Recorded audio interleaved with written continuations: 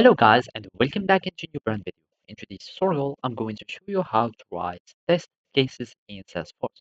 So make sure to watch the video to the end and follow these simple steps.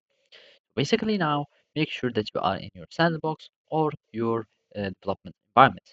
So now you need to create test cases. For that, you will need a test class. So you can just go to your developer console, and from here you can start creating your own test classes. So basically you can just create a new Apex class and name it, for example, if you want to test some other objects. So let's uh, my object test,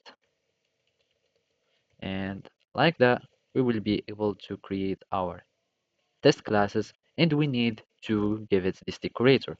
So it's is test, and basically we can learn more about testing by going to the trailhead course or Apex testing, and from here you can learn more about testing. So as I said, we need just to give it the decorate our class with is test so it can become a test class. And from here you will need just to provide the method that will be the test methods. And of course for each method you will need to give it the is test annotation or decoration decorator so it can be uh, the test method.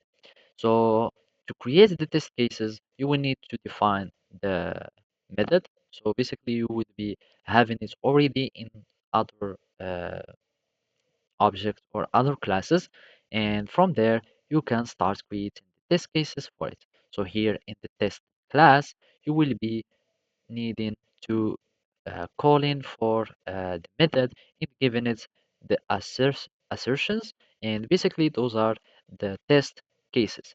So for example, for calling the temperature or the class that you are testing and giving it this one, it should give these uh, results, and basically those are the test cases. So this is how you can write test cases in Salesforce. Thank you for watching, see you next time.